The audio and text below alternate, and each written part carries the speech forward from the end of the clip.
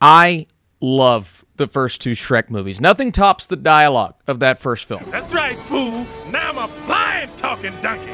You might have seen a house fly, maybe even a super fly, but I bet you ain't never seen a donkey fly.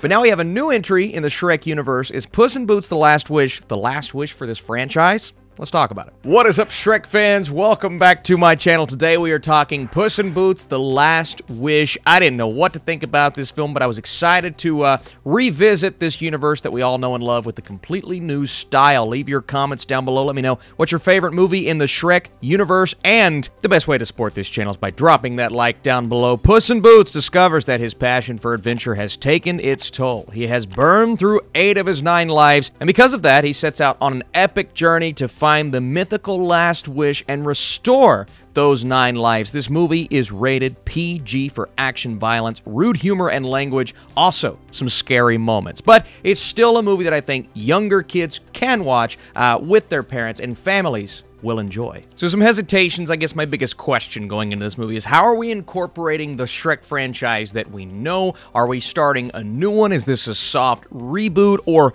are the characters just completely different? And where does this take place? And none of this is a spoiler for the story, and don't worry, I will not tell you exactly how, but I will say this, in a way, is somewhat of a soft reboot of the franchise that we know, but everything that we know is still present. The characters are still there. When I say a fresh start, I mean from an animation standpoint, from a style standpoint. It does feel distinctly different from the Shrek movies that we know, but at the same time, it recaptures that charm and magic that the originals had and features stunning animation. And I mean, we're talking Spider-Man Into the Spider-Verse style animation. Maybe a bit different at points, but I love everything about the art style and animation here, especially when it comes to the action sequences with Puss in Boots. And obviously, he's a hero. He's going to come in and save the day, at least at the beginning. And there's a scene at the start where we have a showdown between this giant creature and Puss in Boots. We're trying to show how he is fearless. He is going to do whatever it takes to get the job done. And from a style standpoint, that scene is so much fun to watch. I think kids are going to watch this, and this is the most important thing. You can have a movie that also appeals to adults, but is it going to keep the kids satisfied? And I think absolutely. They're going to watch this and say, Puss in Boots is a hero that I resonate with. The fact that this version of the character is so exciting, it's going to reinvigorate people's love for this character, for the Shrek franchise as a whole. But the way that first action sequence is handled, and then there's a giant action-filled sequence at the end, featuring a lot of characters and something huge that is happening, but you were able to see everything so clearly as it happened. And once again, I look at the style of it all and I say, why or how are we so lucky that we get such a breath of fresh air in a franchise that we know and love? So you have those characters that are present. We'll talk about them. It feels so different from other movies in this franchise and other movies we have gotten this year in the animated space, that we can appreciate this as movie lovers and lovers of animation. So let's talk about the story, because who cares about the visuals if you're not interested in what Puss in Boots is doing? And he sets out on this adventure into this black forest to find this mythical wishing star to bring back those lives that he has lost, right? A cat has 9 lives. He's lost 8 of them. He is on his last leg. And what I love about this happening to him at the beginning of the movie is this kind of humbles him as a character. He's been so confident to the point to where that could turn into cockiness, but I see that as a guy, a cat, who believes that he is a hero. And the legend of Puss in Boots, and that's made very clear to us in the beginning, is known throughout the land, and everyone knows who Puss in Boots is. But because he loses those lives, he has to kind of disappear for a little bit and go back to just being a cat. And those scenes were really funny. They brought levity to the story. There's some humor in there that will make you crack up. A cat doing cat-like things, but more so Puss in Boots trying to fit in with the rest of these felines. Those scenes were great. But once he sets out on this adventure, you have the return of Kitty Softpaws from the previous film, voiced by Salma Hayek, and they're joined by a new character, and this is a small dog that starts out pretending to be a cat, and this dog talks like crazy. A chatty, often hilarious, we're talking the comedic relief character that joins Kitty Softpaws and Puss in Boots on this adventure, and a much needed character. At first, I'm like, oh, well, he's going to be annoying, but I thought Harvey Guillén did a great job. We also have Florence Pugh in this movie because while Puss is after that last wish, we have her character of Goldilocks and the three bears also trying to obtain that final wish. But that's not all. The big bad of this movie is actually Jack Horner, a classic fairy tale character voiced by none other, and we talked Spider-Verse,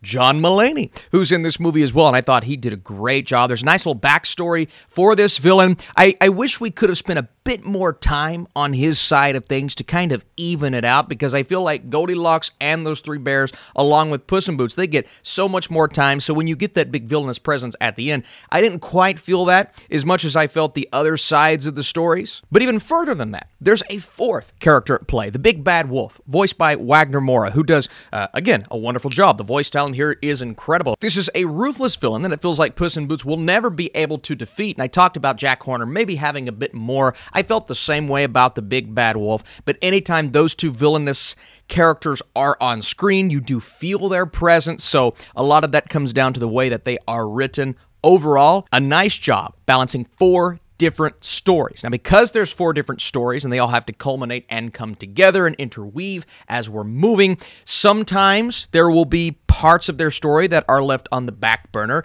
So maybe you'll be watching this, and especially in the second act, it could become overly complicated. You're thinking to yourself as a viewer, there may be too much going on. And some of this stuff going on, we've seen in movies countless times. It's a familiar hero's journey. These are familiar characters, but they're supposed to be familiar characters. They are fairy tale characters with a different spin with each of them. So I do like the fact that they're flipping a lot of this on its head and making every side of this, every group of people after this last wish, at least have a reason to obtain this last wish and a reason for us to fear when Puss in Boots has to go up against them. So it's a tough balance. I'm not sure if they nail it all throughout the film, but the fact that they even attempted it, for me, is really cool. And finally, I just want to focus on Puss in Boots. I'm going to make a comparison here. You're going to laugh and think I'm silly, and you're probably right. You are right. I am silly. But I'm going to say this is like the Logan of the Puss in Boots franchise. Because Puss is on his last life. This is it. And there's also a struggle with the characters surrounding him, specifically Kitty, and we saw that relationship in the last movie. How can he trust them? How are they supposed to trust him after everything that's went down? And it's also somewhat of a selfish decision that he's making to get 8 more lives, but at the same time, he's trying to do it to be that hero, to help other people, or to stay in the limelight. So as a character study, and I know you're probably laughing as I'm saying this, Puss in Boots: The Last Wish works really well. It starts to become over-convoluted and over-complicated, but I was really appreciating the fact that they focus so hard on this character. Not quite as laugh-out-loud hilarious as the first 2 Shrek movies, and it doesn't quite have the creativity within that, but looking at it from a visual standpoint and the fact that they tried so hard to make this character even better than he already was, we're getting back the quality that we had at the beginning of the Shrek franchise, and this, in my opinion, is the best entry since Shrek 2. Before I give you my score, thanks for dropping that like down below. Like I said, what is your favorite Shrek movie? And today's secret comment is pray for mercy. Like Puss says in the movie in Shrek, like what he said in Shrek. Well, there's an obvious familiarity to his heroic journey. This film has far too much style and emotion to not be locked in. The cast is top tier, and the visuals are spectacular, but this is an unexpected character study that will bring joy to families this Christmas, and I think it's worth a watch in a theater. I'm going an 83% with my score. One of the best animated movies of the year, absolutely, and one of the better entries in this franchise. I'm excited to see what's coming next, so thank you guys so much for watching. Leave your comments down below. My review for The Whale is coming soon.